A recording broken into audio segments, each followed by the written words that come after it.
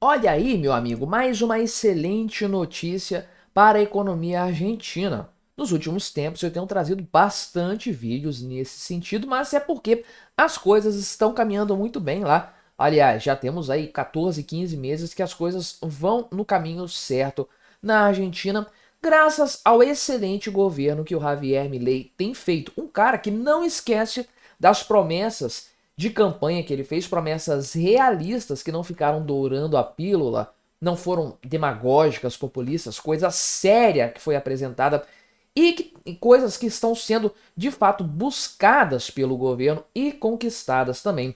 Olha só, a questão das privatizações não foi esquecida, também está sendo trabalhada. E agora o governo avançou mais um pouco nesse sentido, no que se refere à empresa Aerolíneas Argentinas, ou seja, a empresa de aviação estatal lá da Argentina, que teve as suas contas saneadas nesse período do governo Milei, ou seja, a empresa agora é solvente e sustentável, não depende mais de grana estatal para se manter. Com qual objetivo isso foi feito?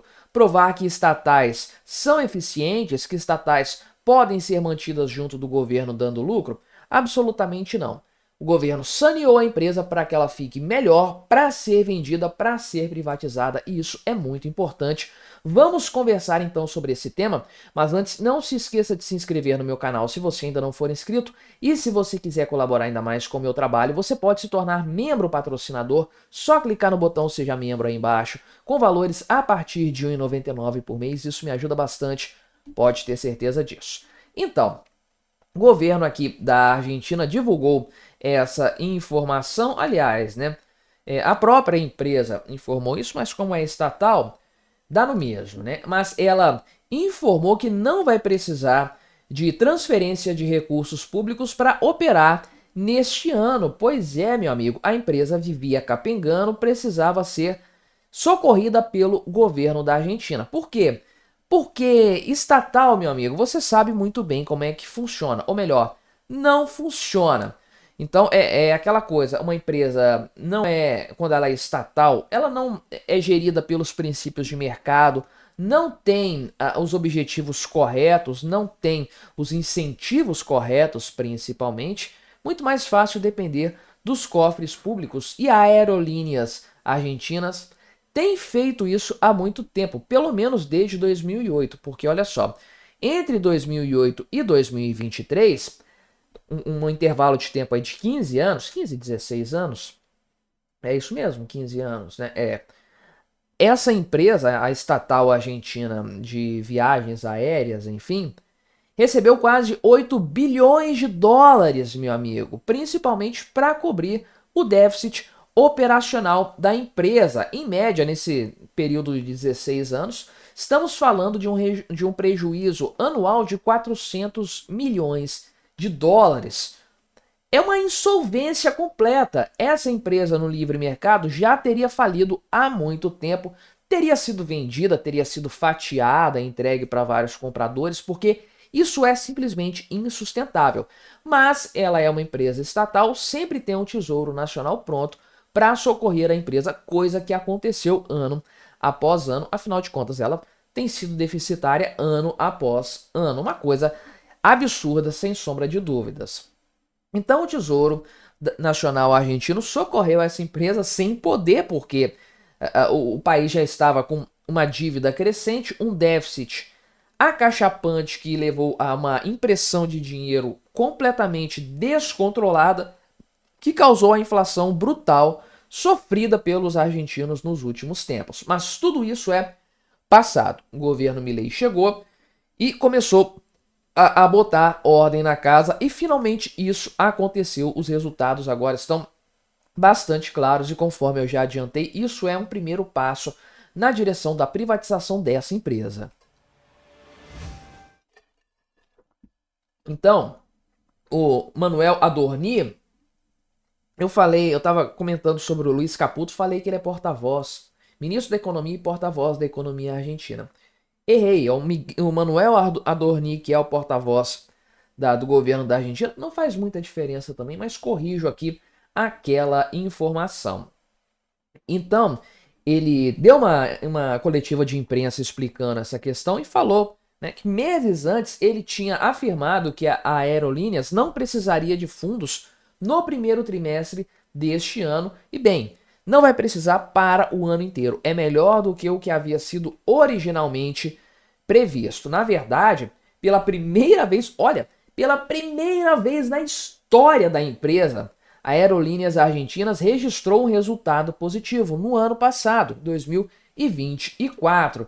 Então, o superávit operacional foi de 20 milhões de dólares e o superávit econômico 150 milhões de dólares. Então, é um valor considerável, principalmente para uma empresa que dava prejuízo de 400 milhões de dólares por ano. É impressionante, de fato. A empresa comunicou aqui que a melhora nesses resultados veio das operações da empresa. Então, não são coisas atípicas. A empresa se tornou mais eficiente.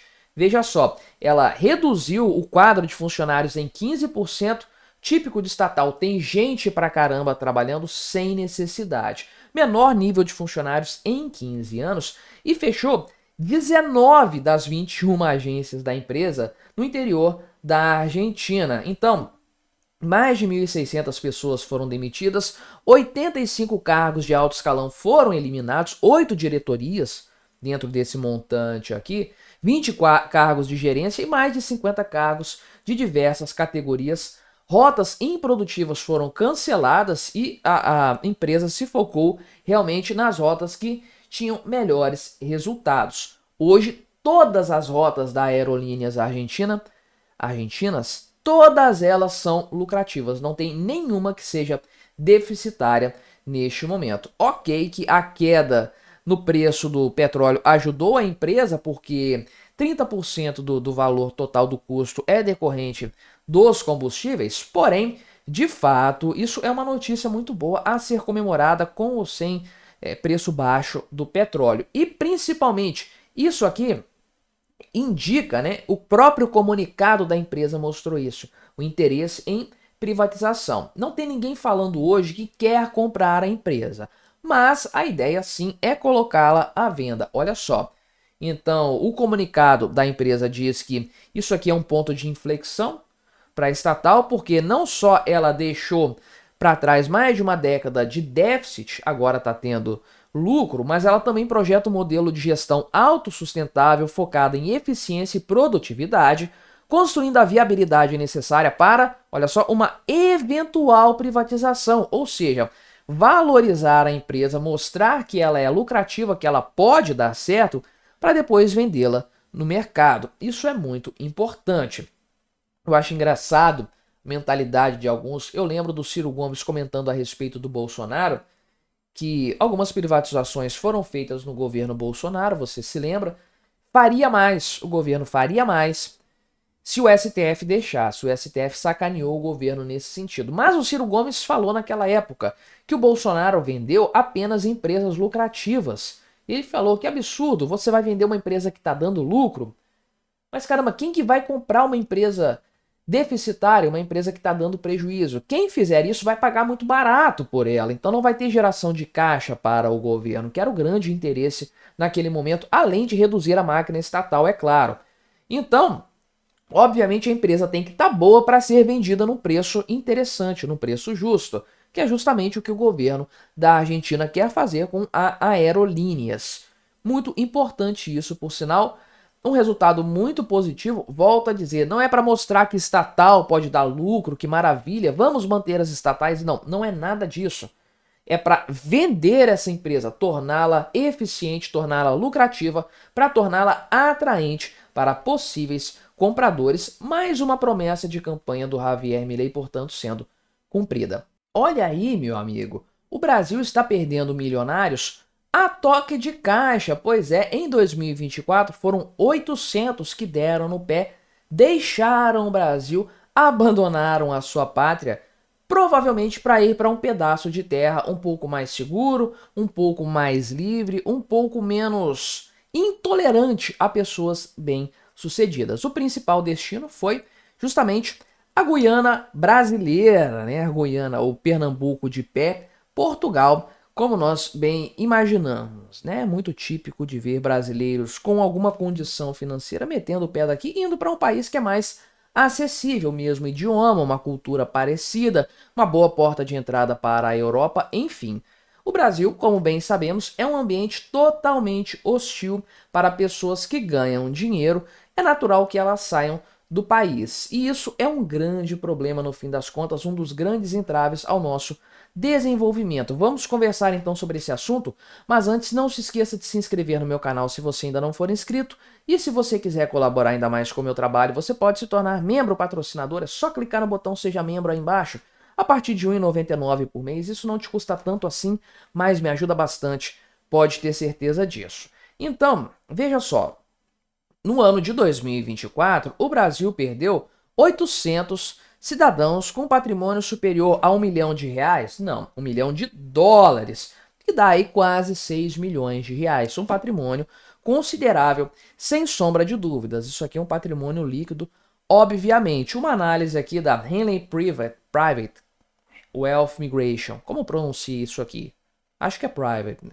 Enfim, é uma empresa especializada em imigração e investimentos. Então foram 800 brasileiros que deram no pé, deram saída fiscal, que é o nome. Isso aqui aparece na declaração do imposto de renda, é o pessoal que sai definitivamente do Brasil. Essa opção existe lá na declaração, marca, e é justamente para fins fiscais, para fins tributários. Pessoas que não vão ser tributadas mais como moradores residentes do Brasil. A maior parte, conforme eu falei, foram para Portugal, seguido dos Estados Unidos. São dois destinos bastante previsíveis.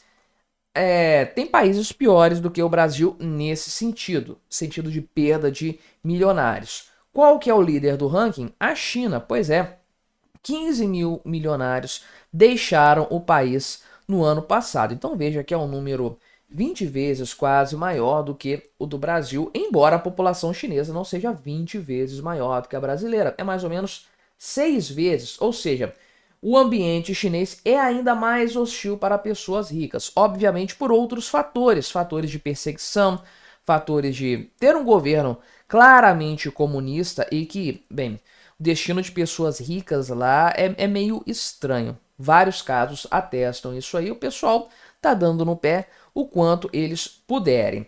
Então, de acordo aqui com a análise, veja, da senhora aqui, Magda Portugal, o nome dela é Magda Portugal mesmo, enfim, ela é CEO da Portogalo Family Office. Então, deve estar acostumada a receber pessoas muito ricas lá em Portugal, pessoas que querem fazer a sua mudança definitiva para um país um pouco mais livre. E eles apontam, ela, a empresa de forma geral, aponta os motivos principais que levam brasileiros milionários a se mudar do Brasil. Então são todos motivos bastante justos, bastante interessantes, de forma que a decisão de sair do país para uma pessoa que tem uma quantidade boa de recursos acaba sendo até inevitável. Olha só, a insegurança urbana é um fator muito importante, porque não se sabe, né? O cara tem um patrimônio um pouco melhor, US$ 1 milhão, 6 milhões de reais, ok? É um patrimônio considerável, sem sombra de dúvidas, mas talvez não dê ao seu portador a capacidade, a possibilidade, por exemplo, de andar cercado de seguranças. Então o cara acaba tendo sempre aquele receio de ser atacado em público, ser sequestrado, ser alvo de algum assalto ao entrar ou sair de casa, enfim. A insegurança urbana realmente é muito complicado. O Brasil é muito conhecido por ser um lugar inseguro. O próprio brasileiro tem essa percepção. Não é só o gringo que olha para cá e tem uma visão estereotipada. O brasileiro sabe disso muito bem e muitos saem, fogem do Brasil justamente por causa desse problema que não dá para negar, não dá para varrer para debaixo do tapete.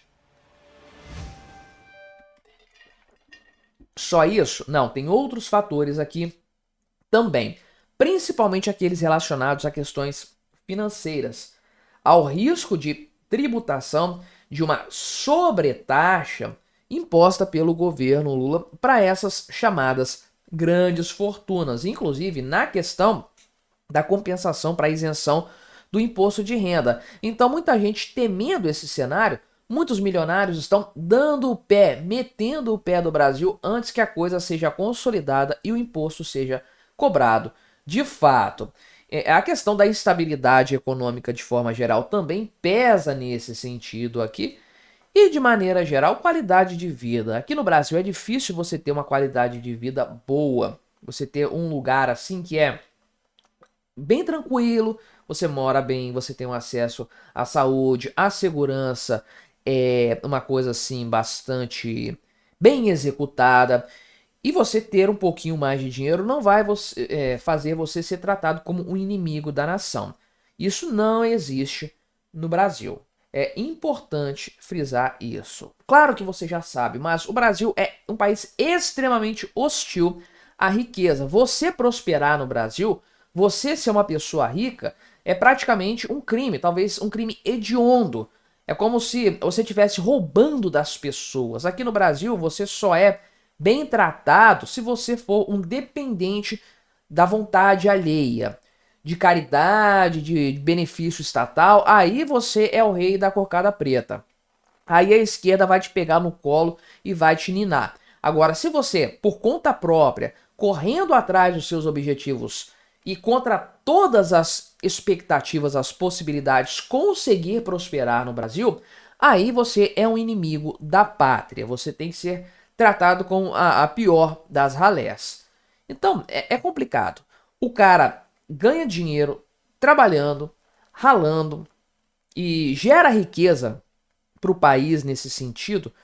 O pessoal tem uma ideia boba, uma ideia imbecil de achar que o rico não gera prosperidade para o país. É como se ele estivesse tomando prosperidade da sociedade. Não. Pessoas ricas ajudam países a prosperar mais. Então o cara ganha dinheiro, rala pra caramba, é tratado como lixo. Pra que ele vai ficar aqui no Brasil? A grana dele o permite ir para qualquer lugar que ele quiser e vai ser muito bem recebido em muitos países que não são imbecis como o Brasil. Países que sabem, que entendem que riqueza é algo importante, que o acúmulo de riqueza é o motor para o desenvolvimento, para o aumento da produtividade de uma sociedade. E para um país, ok, Portugal já é um país desenvolvido, mas que tem as suas necessidades econômicas ainda assim, precisa de uma revitalização, e para países emergentes isso também vale muito, esse tipo de compreensão. O que faz um país prosperar rápido é grana vindo de fora. Ele pode cavar buraco no chão, plantar e aí tentar prosperar dessa forma, como a Europa fez no passado, com a industrialização e tudo mais. Só que hoje, no atual cenário, não tem jeito mais rápido de prosperar do que receber grana de fora. Foi assim que os tigres asiáticos se tornaram países ricos. Singapura, Taiwan, Hong Kong, Coreia do Sul, todos países que prosperaram muito rapidamente. Em meados do século passado eram miseráveis. E agora são países muito ricos, com populações muito ricas. Então, trazer recursos, trazer capital para dentro do país é algo muito interessante do ponto de vista econômico. Por isso, vários países como Portugal estão de braços abertos para receber os milionários que fogem do Brasil todos os anos. Veja aqui, por exemplo, que 20% dos milionários que trocam de país, não só do Brasil, qualquer país, são empreendedores e fundadores de empresas que frequentemente abrem negócios onde eles se instalam. Então o cara não só vai com a grana dele para outro país, ele vai com essa grana no intuito, na intenção de criar renda, de gerar renda nesse país que vai acolhê-lo. Então, se tratando de multimilionários, o pessoal com mais de 100 milhões de dólares de patrimônio líquido, o pessoal daí para cima, esse índice de quem empreende no novo país de destino é de 60%, mais do que 60% de fato. Pois bem, então o pessoal faz aqui, inclusive, né, a análise de que os milionários migrantes são uma fonte de receita cambial para os países que os recebem. Para quem recebe os milionários, só há vantagens, só há benefícios. Compensação para quem os perde, realmente, a economia vai ficando mais pobre cada vez mais. É o caso do Brasil, mas não culpo esses bilionários. Se eu tivesse condições, talvez eu metesse o pé daqui também, porque provavelmente eu seria tratado como a escória da sociedade. Ousei ficar rico, ousei prosperar, gerar renda nesse intuito, meu amigo, sou o pior dos criminosos. É, meu amigo, finalmente aconteceu. Mais cedo do que eu gostaria, infelizmente, Carlos Lupe caiu. Ele pediu demissão, mas a gente sabe como que a coisa funciona. A situação dele estava insustentável de fato, e ele poderia sair pela porta da frente, pela porta de trás, resolveu pedir demissão, sair dessa forma, colocar ali o argumento que ele quisesse. Mas a verdade é que isso aconteceria uma hora ou outra, era inevitável, a situação dele era inevitável. Eu tenho falado isso desde o primeiro dia que o escândalo saiu. Carlos Lupe não iria se manter nesse cargo porque a coisa é completamente absurda. Mas o fato disso ter demorado aí uns 10 dias já ajuda a desidratar um pouco a imagem do governo Lula. Então já foi colocado aqui um cara no lugar dele, que é o Volney Queiroz, que já era o número 2 da Previdência Social de fato. Não chega a surpreender essa indicação aí e não ajuda a resolver a questão do governo Lula. O governo segue com medo de que a situação se transforme no novo caso Pix. Você lembra do problema que foi a questão toda do Pix lá no passado? O governo está com medo de que isso aconteça novamente, já está preparando até um plano, olha só, para ressarcir os aposentados vítimas de fraude.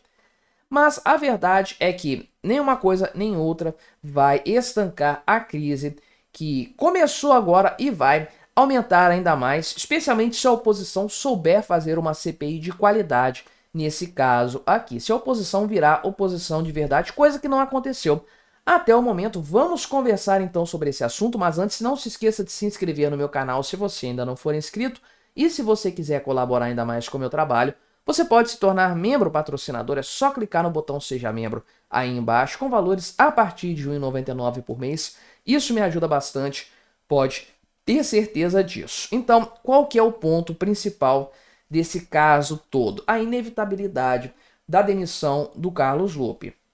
Ele pediu demissão, oficialmente foi isso que aconteceu. Ele escreveu, acho que foi no Twitter, né, que entregou a função de ministro da Previdência Social ao presidente Lula. Falou que deu a desculpa qualquer dele lá, bobagem qualquer que ele tenha falado. Era inevitável que isso acontecesse, porque a culpa dele nesse caso tá muito clara. Eu sempre pontuo isso aqui, tá? Não tô falando que o cara é corrupto, que ele participou dos desvios, que ele estava por dentro do que nas minúcias estava acontecendo, nada disso. Mas ele poderia ter agido para evitar que a coisa avançasse tanto. E avançou pra um caramba no governo Lula. 2024, então uma coisa escandalosa.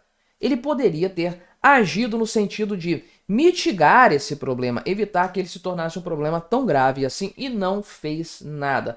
Dormitou em cima das várias evidências que foram apresentadas pelo próprio INSS, investigações internas, Tribunal de Contas da União, CGU, a própria imprensa e etc. Não fez nada, deixou a coisa rolar até o ponto em que não dava mais para segurar essa peteca. O Stefanuto caiu no primeiro dia e era uma indicação do Carlos Lupe. Aí começou a circular a informação de que um procurador lá do INSS estava facilitando também alguns mecanismos desses descontos aí.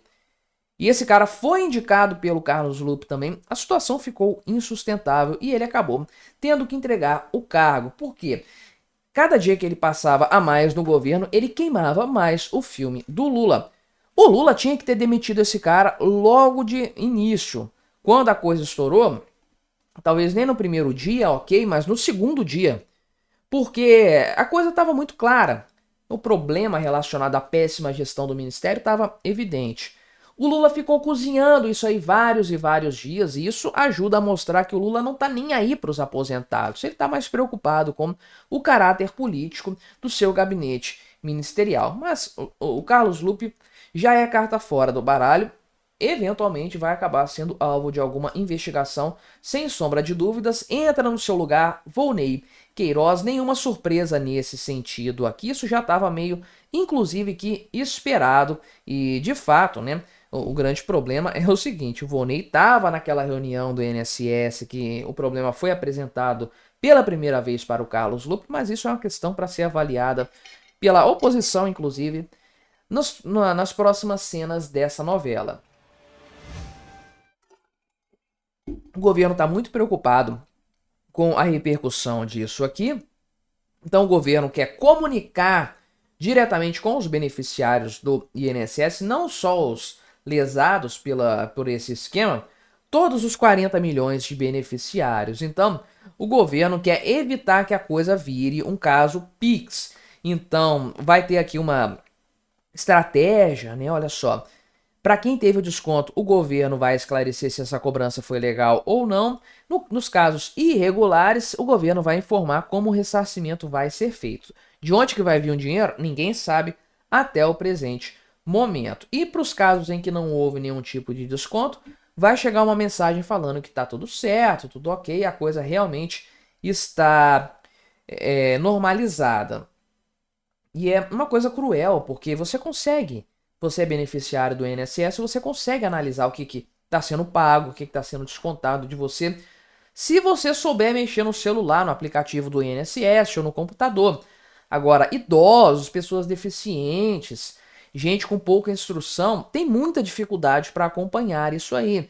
E como os descontos são pequenos em cada salário, a ideia foi pulverizar isso no máximo de beneficiários para não chamar muita atenção mesmo. Em alguns casos, a pessoa nem sabe que está tendo desconto, vê ali o valor tá um pouquinho diferente, mas não é muita coisa, deixa isso para lá, não vou tentar descobrir o que que é. É cruel, de fato, o que aconteceu, uma coisa assim, não tem nem palavras para descrever, de fato, o que tem acontecido. O plano para ressarcimento aqui não está muito claro ainda. O pessoal diz aqui que a proposta está em fase final de elaboração e vai ser submetida no começo da semana que vem, promessa essa, para a Casa Civil da Presidência da República, depois vai para o CNJ, para o Ministério Público Federal e Defensoria Pública da União. De fato, foi instituído aqui um grupo especial para... isso aqui é o próprio Ministério da Previdência que está fazendo isso, correto? Aqui colocaram a pasta, né? Não entendi muito bem se é a AGU. Acho que é a AGU que está fazendo isso então. Mas, enfim, o Lula que determinou a devolução desses valores, só que a grande questão é de onde que vai vir essa grana de fato? De onde que vai vir esse dinheiro, esses bilhões de reais? O governo vai tirar essa grana de qual parte do orçamento? É difícil entender de onde que essa grana vai vir e como vai ser feito esse ressarcimento. A cara de bunda dos presentes mostra que eles têm plena convicção de que o problema é muito grande. Destaque para o Bessias, você lembra do Bessias, que é o AGU atualmente. Vai resolver alguma coisa? Alguma coisa pode resolver sim, mas não vai sanar o problema por completo, assim como a demissão do Carlos Lupe não vai resolver também esse problema. Quarto ministro do governo Lula que cai por causa de denúncias, de um total de 11 que já deixaram o governo. Enfim, veio numa péssima hora essa situação, porque o Lula estava começando a respirar os ares de melhora da popularidade, ou pelo menos de fim do período de queda de popularidade.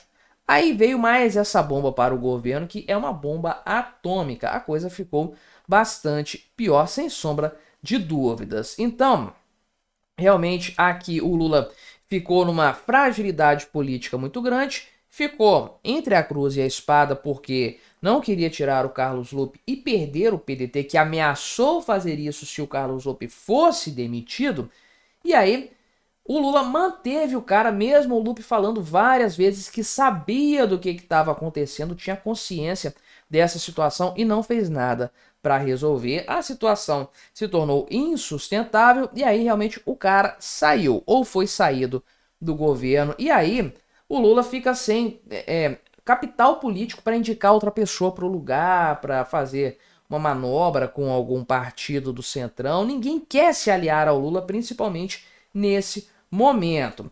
E aí o governo agora quer falar que vai devolver os bilhões de reais. Não se sabe como, não tem dinheiro, enfim, não há muito o que fazer. Sidônio Palmeira não vai conseguir maquiar essa informação, porque O Congresso Nacional deve abrir uma CPI sem sombra de dúvidas a respeito desse tema. E quem perdeu esse dinheiro, quem teve esses descontos, com o conhecimento do governo, que é pior ainda, essas pessoas não vão ter esse dinheiro ressarcido, pelo menos não imediatamente, e estão fulas da vida, não é sem razão. Carlos Volpe caiu então, a gente já esperava que isso fosse acontecer, eu tava torcendo para que demorasse pra caramba, para o Lula ficar ainda mais queimado, mas o tempo que demorou já foi suficiente nesse sentido. Olha aí, meu amigo, Donald Trump apresentou uma proposta orçamentária que nem parece ser dele, pois tá mais para uma coisa Javier Milei. Não chego a esse ponto, obviamente, já falei isso no passado, volto a repetir, agora tá mais do que claro. Donald Trump não é Javier Milei, ele é um protecionista, um nacionalista, um cara que acredita fortemente na intervenção da mão poderosa do Estado para melhorar a economia, ou pelo menos ele diz acreditar nisso através de suas atitudes. Porém, ele apresentou um orçamento para o ano que vem com corte de 163 bilhões de dólares. Meu amigo, isso aqui é uma montanha de dinheiro. De fato, dá o que? Uns 800 milhões de reais? É uma grana considerável, um corte para lá de expressivo e em muitas áreas, que são tidas aqui como importantes pelo pessoal mais esquerdista, educação, por exemplo, que é um ponto muito de muito debate em relação ao governo Trump e aos democratas que estavam no poder antes. Vamos dar uma olhada aqui, ver o que teve corte de orçamento para o ano que vem e também falar sobre alguns aumentos, principalmente na área militar. Mas antes, não se esqueça de se inscrever no meu canal se você ainda não for inscrito e se você quiser colaborar financeiramente com o meu trabalho, só clicar no botão Seja Membro aí embaixo, com valores a partir de R$ 1,99 por mês. Isso me ajuda bastante, pode ter certeza disso. Então, veja só uma coisa muito interessante, um anúncio feito hoje, sexta-feira, dia 2 de maio, que é o dia que eu estou gravando este vídeo. Esse plano foi divulgado pelo Escritório de Orçamento e Gestão da Casa Branca, o OMB, na sigla em inglês, e esse orçamento elimina mais de 20% dos gastos discricionários não obrigatórios, que são aqui as despesas federais civis, exceto os benefícios sociais obrigatórios como a Previdência e o Medicare.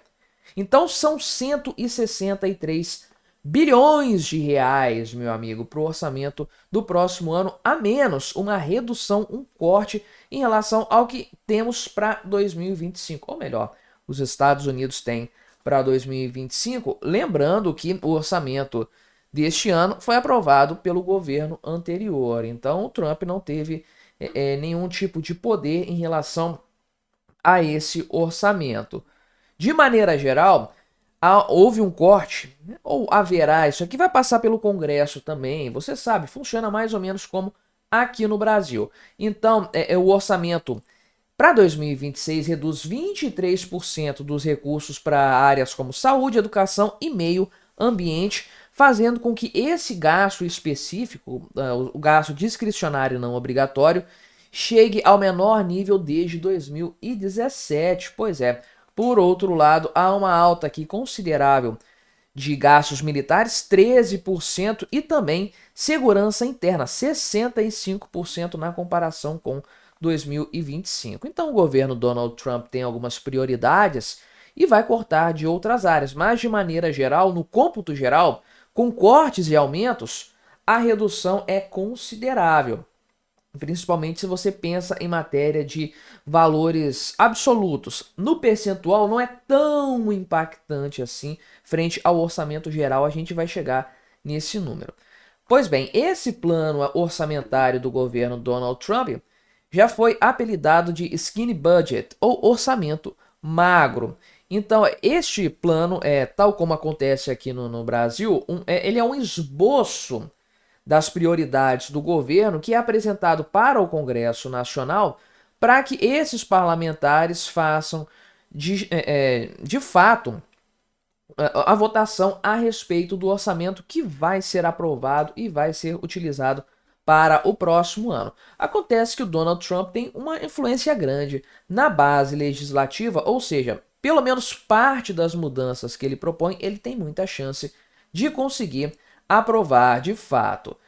O cara aqui, o Hans Volt, que é diretor do OMB, falou o seguinte, que os Estados Unidos estão no momento decisivo e que é preciso um orçamento histórico, olha só, que encerre o financiamento do nosso declínio. Legal isso aqui, né? Financiamento do declínio.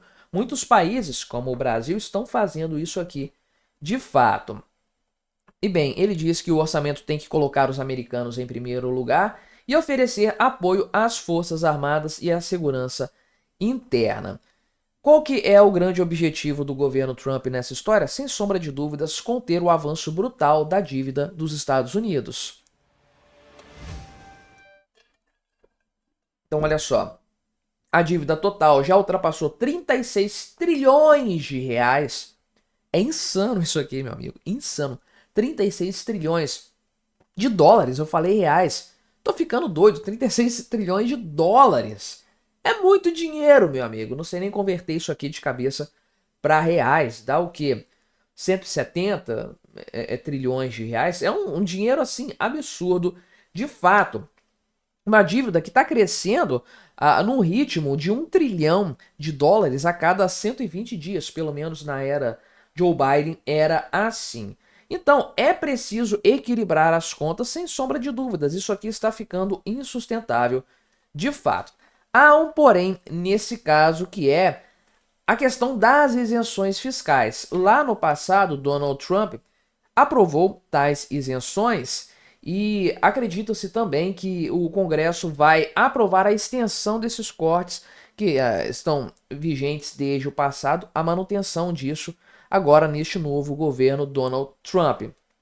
O pessoal acredita que a prorrogação dessas isenções vai causar um déficit de 5 trilhões de reais, um incremento na dívida dos Estados Unidos de 5 trilhões de dólares. Estou falando reais o tempo todo, desconsidere. Estou gravando esse vídeo morrendo de sono, não vou negar para você.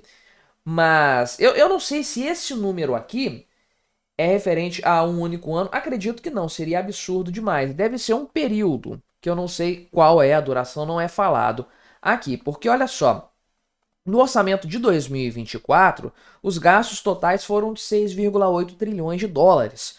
Então não tem como essa isenção fiscal ser praticamente o valor todo, 80% do total de gastos, ser equivalente nessa magnitude, senão o governo americano já teria quebrado com essa isenção. Deve ser um longo período de tempo, sem sombra de dúvidas, mas veja que é uma montanha de dinheiro, de fato, que está sendo destinada nos últimos anos para o custeio da máquina pública dos Estados Unidos. É o que eu falei, esses 163 bilhões de dólares é muita grana, sem sombra de dúvidas, mas é um cisquinho no meio desses quase 7 trilhões de dólares que são usados para o orçamento para o custeio da máquina pública todos os anos. Mas já é um passo certo, sem sombra de dúvidas, no sentido de reduzir a máquina estatal, reduzir o peso da dívida pública. Então, o Departamento de Estado vai perder 50 bilhões de dólares, ele vai ser absorvido aqui por outra agência, ou vai absorver a agência, imagino, né?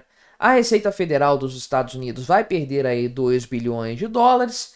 Enfim, tem as explicações para isso aqui. A NASA vai ter um corte, principalmente no seu programa lunar, e o Departamento de Educação vai ter um corte de cerca de 15%.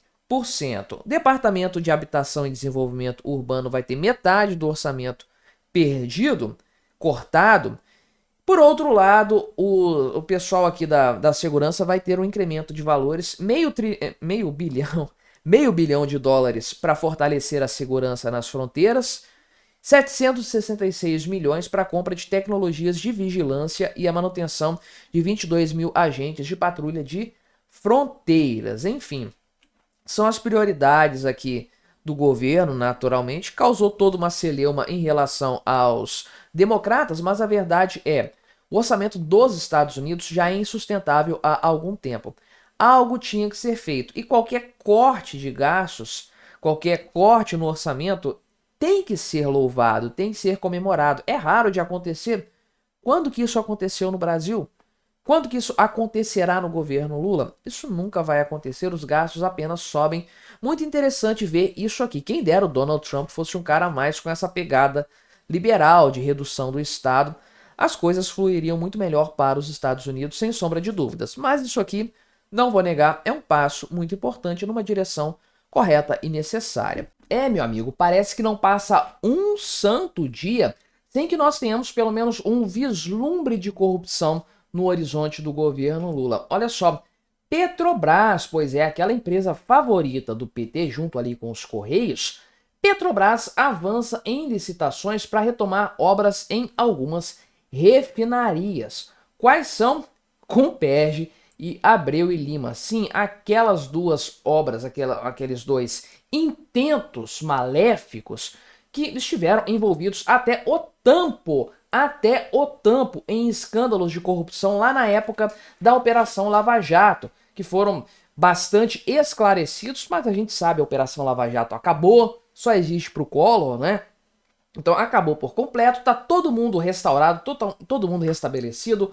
Lula foi tirado da cadeia para ser colocado na presidência da República, e aí a galera vem firme, porque sim, a Petrobras já abriu essas licitações aqui, obrinhas bilionárias, meu amigo. E os líderes nas concorrências abertas pela Petrobras são quem? Meu amigo, Andrade Gutierrez, Queiroz Galvão e Odebrecht. Sim, que voltou a se chamar Odebrecht, voltou à cena do crime de fato.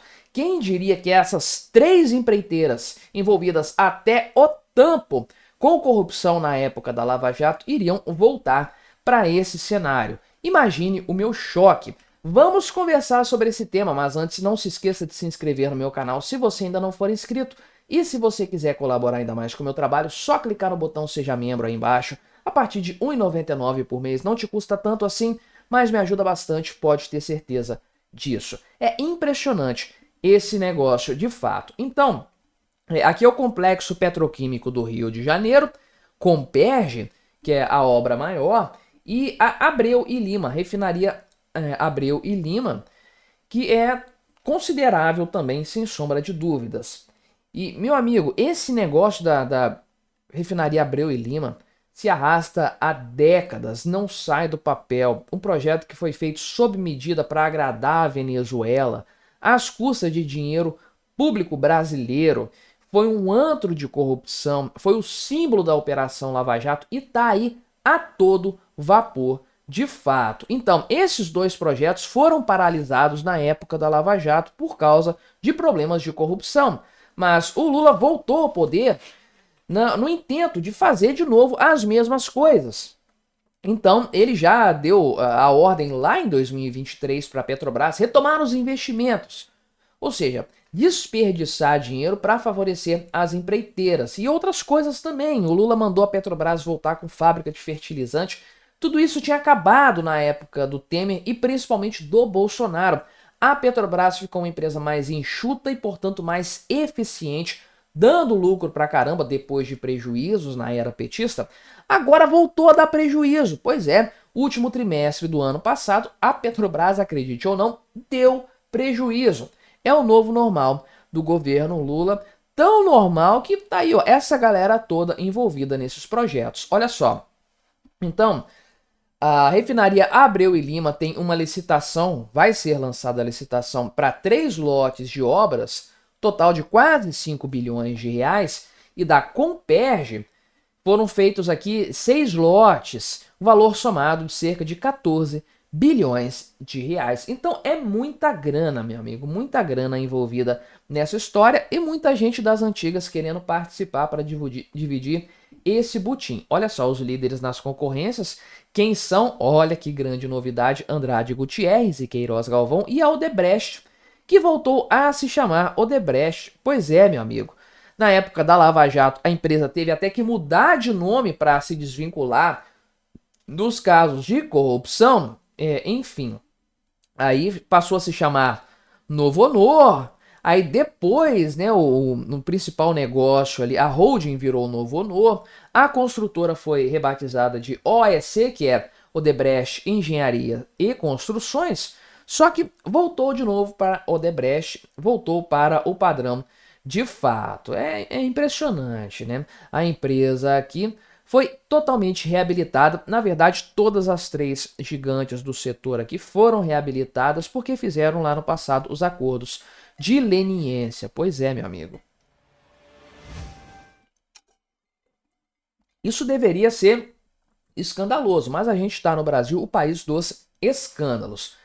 Tanto a Abreu e Lima quanto a Comperge foram pontos centrais da delação premiada do Paulo Roberto Costa, que foi diretor da Petrobras, pontapé inicial para a questão, a investigação dos cartéis que sempre ganhavam essas obras aí da Petrobras. E, obviamente, Lula voltou à cena do crime. Essas obras são projetos prioritários para o atual governo. Então, olha só, o governo quer concluir aqui a segunda unidade de refino da Abreu e Lima para dobrar a capacidade atual e, enfim, foi feita uma licitação, inclusive, só que os preços foram acima do esperado, a empresa acabou cancelando. A segunda tentativa aqui, a Petrobras fez aqui, abriu o orçamento de cada pacote, né? Enfim, para dar aqui a obra para quem apresentasse o maior desconto. Então a Consag, que pertence a Andrade Gutierrez, venceu 3 pacotes, os 3 pacotes já abertos ao mercado. Então já tomou uma bocada aqui, sem sombra de dúvidas, né? Estamos falando aí de fato, né, de uma obra aqui, a refinaria Abreu e Lima, que já custou 18 bilhões de dólares. Pois é, cerca de 100 bilhões de reais nos valores atuais, sem considerar possíveis reajustes desse valor, trazendo a valor presente. Enfim, uma coisa completamente esdrúxula que só existe para desviar dinheiro da Petrobras para grupos favorecidos com interesses políticos espúrios. Porque, na verdade, originalmente, esse negócio aqui da Abreu e Lima era para ser dividido entre Brasil e Venezuela. A Venezuela não colaborou com nada do valor, o Brasil teve que arcar com tudo e o custo só foi aumentando desde então. E olha só, tá pela metade até o presente momento. Enfim, dizendo aqui a Petrobras, né, que não, vai dar lucro isso aqui, vai dar um retorno positivo. Tem que dar um retorno violento, meu amigo, para compensar a grana que está sendo desperdiçada nessa história. A não ser que o retorno positivo que eles estejam dizendo aqui seja para Andrade Gutierrez. É para Andrade Gutierrez, não? Isso, ela que ganhou aqui. Agora, olha só, o caso da Comperge, que é o Complexo de Energias Boa Ventura, o nome atual. Então, foram feitos aqui a apresentação de melhores ofertas, eles vão negociar ainda nesse sentido, e são 6 pacotes ao todo. Cada consórcio ficou com 2 pacotes, 3 consórcios vencedores. Então, veja aqui que tem um consórcio, né, do pessoal aqui da Azevedo Travassos e também da Colares e Linhares. E tem aqui, né, um pessoal do grupo Odebrecht participando e grupo Queiroz Galvão também, meu amigo. Pois é, a galera tá juntinha fazendo um consórcio para quê? Para voltar aos velhos tempos, matar a saudade. De fato, meu amigo, realmente uma coisa bastante previsível, embora continue sendo escandalosa, sem sombra de dúvidas. Enfim, parece que a operação dessas refinarias, a previsão é 2028 vai começar. Então, uma obra grande e vai atrasar pra caramba, vai ter aditivo de contrato, como a gente bem sabe, sem sombra de dúvidas.